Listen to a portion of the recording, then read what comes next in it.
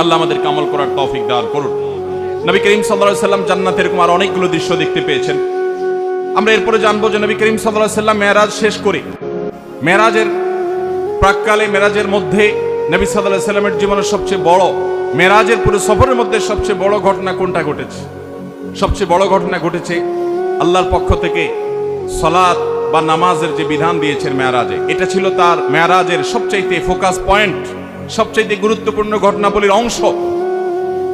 আল্লাহ রাব্বুল আলামিন নবী করিম সাল্লাল্লাহু আলাইহি সাল্লাম যখন আল্লাহর কাছে গেলেন, আল্লাহর প্রশংসা ইত্যাদি নিবেদন করলেন, আল্লাহর কুদরত অবলোকন করলেন, আল্লাহর শুকরিয়া আদায় করলেন, তিনি যখন ফিরে আসছেন আল্লাহর অনুমতি নিয়ে, তখন আল্লাহ রাব্বুল আলামিন নবী করিম সাল্লাল্লাহু আলাইহি সাল্লামকে 50 ওয়াক্ত নামাজ দিলেন, যে যাও তোমার উম্মতের জন্য 50 ওয়াক্ত নামাজ দেওয়া হলো।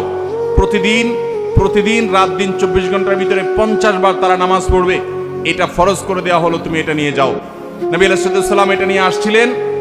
প্রতিমধ্যে তার সাথে ষষ্ঠ আকাশে মুসা আলাইহিস পঞ্চম আকাশে মুসা আলাইহিস সালামের সাথে সাক্ষাৎ।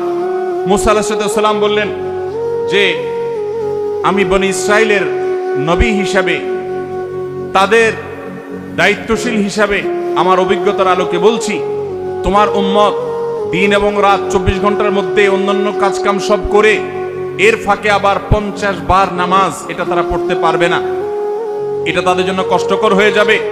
অতএব তুমি আল্লাহর কাছে গিয়ে এই নামাজ একটু কমায় আনো। নবী সাল্লাল্লাহু আলাইহি সাল্লাম আল্লাহর কাছে গেলেন, যা বললেন, আল্লাহ আমার উম্মতের জন্য এটা অনেক কষ্ট হয়ে যাবে, আপনি একটু কমায় দেন। আল্লাহ তাআলা তাকে 5 ওয়াক্ত কমায় 45 ওয়াক্ত দিলেন। এরপরে আবার আসলেন মুসা আলাইহিস সালামের সাথে সাক্ষাৎ, তিনি আবারও বললেন একই কথা, আবারও নবীজি ফিরে গেলেন, আল্লাহ তাআলা আরো 5 ওয়াক্ত কমায় দিলেন। এভাবে কমাইতে কমাইতে